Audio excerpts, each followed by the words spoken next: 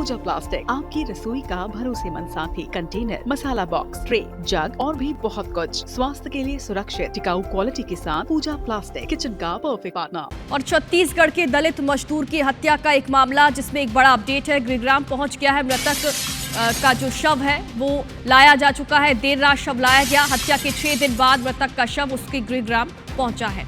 आज राम नारायण बघेल का अंतिम संस्कार होगा। सक्ती का जो मजदूर है वो केरल गया था वहां पर मजदूरी करने के लिए, लेकिन कुछ लोगों ने उसके साथ जमकर मारपीट की थी। उसे बांग्लादेशी समझकर उसके साथ इतनी मारपीट की गई थी कि उसकी मौत हो गई थी। इसी मामले को लेकर जो परिजन हैं वो मुआवजे की मांग भी कर रहे थे। छत्तीसगढ़ सरकार ने और केरल सरकार ने इनकी आर्थिक मदद भी की है और अब जो मजदूर का शव है वो उसके गृहग्राम भी पहुंच चुका है। अंतिम दर्शन के बाद अंतिम संस्कार किया जाएगा। ज्यादा जानकारी के लिए हमारे सहयोगी नेतराम हमारे साथ जुड़ गए। नेतराम, बताएं आखिरकार देर रात जो मजदूर है उसका शव उसके गृहग्राम पहुंच चुका है। बहुत ही दुखद पल है परिजनों के लिए।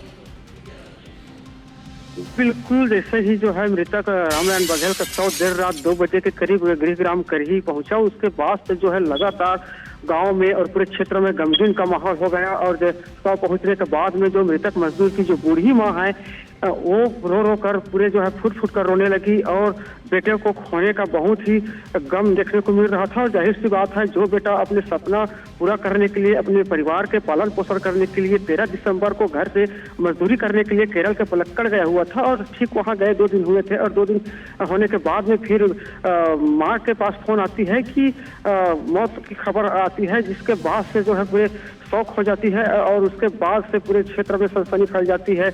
मजदूरी करने गया हुआ था जो बेटा वो हत्या कर दी जाती है वहां, जिसके बाद से जो है लगातार हमने IBC 24 में भी खबरें दिखाई थी, जिसके बाद से जो है पूरे छत्तीसगढ़ में जो है सरकार हरकत में आई, शासन प्रशासन अलर्ट हुई और उसके बाद में लगातार जो है केरल सरकार और केरल जिला प्रशासन से लगातार संपर्क साध करके मुआवजे की मांग और कड़ी से कड़ी कार्रवाई करने की लगातार जो है बात कही जा रही थी। उसके बाद में जो मृतक की पत्नी वहां पहुंची, उसके बाद में वहां 3 बिंदुओं पर जो है अपनी मांग रखी थी और तीनों बिंदुओं की जो मांग पूरी होने के बाद में डेड बॉडी को यहाँ लाने के लिए वहां फ्लाइट से टिकट कराया गया था और डेड बॉडी को रायपुर तक फ्लाइट से लाया गया और रायपुर पहुंचने के बाद में एम्बुलेंस से डेड बॉडी को गृहग्राम तक लाया गया।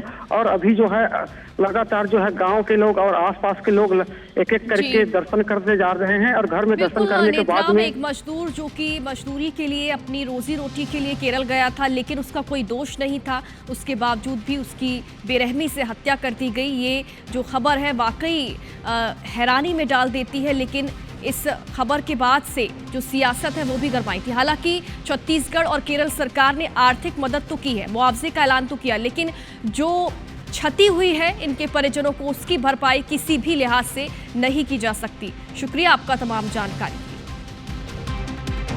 छत्तीसगढ़ के दलित मजदूर की पीट पीट कर हत्या करने के मामले में अब एक बड़ा अपडेट यह है कि शव गृहग्राम पहुंच चुका है।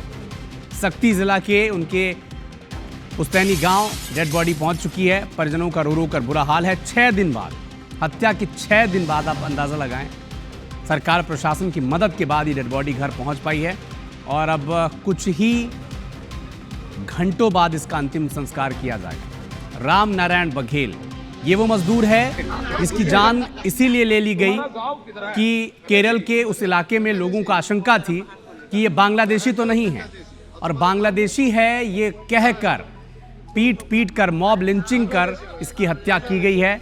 हालांकि इंटरवेंशन किया गया प्रशासन के द्वारा, सरकार के द्वारा, छत्तीसगढ़ की सरकार ने, तब जाकर SC/ST एक्ट के केस दर्ज हुआ, मॉब लिंचिंग का मामला दर्ज हुआ। आश्वासन मिला है कि जांच होगी, कार्रवाई की जाएगी। सरकार के द्वारा भी 5 लाख के मुआवजे की घोषणा की गई है। तो सक्ती की यह खबर आप देख रहे हैं। 6 दिन पहले सक्ती का एक मजदूर, छत्तीसगढ़ का एक मजदूर मजदूरी के लिए केरल गया हुआ था, लेकिन वहां पे कुछ लोगों ने, भाषाई दिक्कत तो होती ही है, और जब उससे आधार कार्ड वगैरह दूसरी चीजें मांगी गई तो बांग्लादेशी होने का आरोप लगा दिया उस पर। और बांग्लादेशी होने का आरोप भर नहीं लगाया, बल्कि उसके साथ मारपीट की गई, इतना मारा गया, इतना पीटा गया कि उसकी मौके पर ही जान चली गई। IBC 24 ने इस खबर को प्रमुखता से दिखाया और इसके बाद एक्शन शुरू हुआ। प्रशासन की टीम ने मदद की अब डेड बॉडी केरल से सक्ती पहुंचाई जा चुकी है। थोड़ी देर बाद अंतिम संस्कार होगा। जो आश्वासन दिया गया है परिजनों को कि सख्त कार्रवाई भी होगी और परिवार के साथ प्रशासन और सरकार दोनों खड़ा है। लेकिन हत्या के 6 दिन बाद अब डेड बॉडी घर पहुंची है। परिजनों का रो रो कर बुरा हाल है। और आप सोचिए, छत्तीसगढ़ के मजदूर जो केरल में मजदूरी करने जाते हैं, बांग्लादेशी समझकर उनकी हत्या कर दी गई। हमारे सहयोगी नेत्राम बघेल हमारे साथ जुड़ चुके हैं। नेत्राम, अंतिम संस्कार अब कुछ ही घंटों में हो जाएगा, लेकिन परिजन आश्वस्त हैं। जो उन्हें आश्वासन दिया गया था कि उनकी जो मांगे थी उन्हें पूरी हो गई है। कार्रवाई का आश्वासन, चाहे वो मुआवजे का आश्वासन हो, क्या अपडेट है? जी बिल्कुल, देखिए अविनाश, जो है जो मृतक मजदूर रामनारायण बघेल का शव देर रात जो है 2 बजे गांव पहुंचा है और गांव पहुंचने के बाद भी परिजनों का जो हाल है वो रो रो कर बुरा हाल है। और आपको बता दूं, अभी तक जो है कि वहाँ केरल में 3 बिंदुओं पर मांग रखी गई थी और वहाँ जो है 10 लाख मुआवजा देने का घोषणा किया गया है। साथ ही 3 बिंदुओं का जो पूरा मांग किया गया था वो बातें पूरी करने की बात कही गई है। साथ ही साथ छत्तीसगढ़ सरकार के द्वारा भी 5 लाख रुपए की मुआवजे की जो है घोषणा की गई है। लेकिन परिवार के जो पीड़ित परिवार के जो लोग हैं वो परिवार के किसी भी सदस्य को नौकरी देने का मांग कर रहे हैं, क्योंकि जो मजदूर जो घर का पालन पोषण करने के लिए गया हुआ था और उसकी वहाँ उनकी मौत हो जाती है, उसके बाद से पालन पोषण करने वाला घर में कोई भी नहीं है, जिसके वजह से अब जो घर के लोग उनके घर में कितने लोग हैं नेत्राम? उनके कितने बच्चे हैं? क्या उम्र है उनकी? बिल्कुल, देखिए मृतक मजदूर का जो 2 बच्चे हैं, एक 9 साल का है और एक 7 साल का है और एक पत्नी है और एक बूढ़ी माँ है। और ये जो मजदूर जो जिनकी मौत हुई है यही पालन पोषण करता था, उनके द्वारा ही जो है घर का पूरा जिम्मेदारी था। और अब जो है घर में पालन पोषण करने वाला कोई नहीं है। बच्चों का जो भविष्य है वो भी सवाल है, क्योंकि अभी पढ़ाई लिखाई के लिए कोई मदद नहीं मिल पाएगा। तो ये जो परिवार के लोग हैं सरकार से ये आग्रह कर रहे हैं कि परिवार के किसी भी सदस्य को एक नौकरी दी जाए। बिल्कुल, आग्रह अब किया जा रहा है, क्योंकि सोचिए जिस मजदूर की हत्या हुई है उसका एक 9 साल का बेटा है और एक 7 साल का बेटा, एक बूढ़ी माँ है, पत्नी है। इनकी जिम्मेदारी आखिर किसके पास रहेगी, क्योंकि इकलौता कमाने वाला व्यक्ति ये व्यक्ति था जिसकी हत्या कर दी गई केरल में। आप नजर बना के रखिएगा नेत्राम, इस खबर पर अपडेट आपसे लगातार पहुंचाते रहेंगे।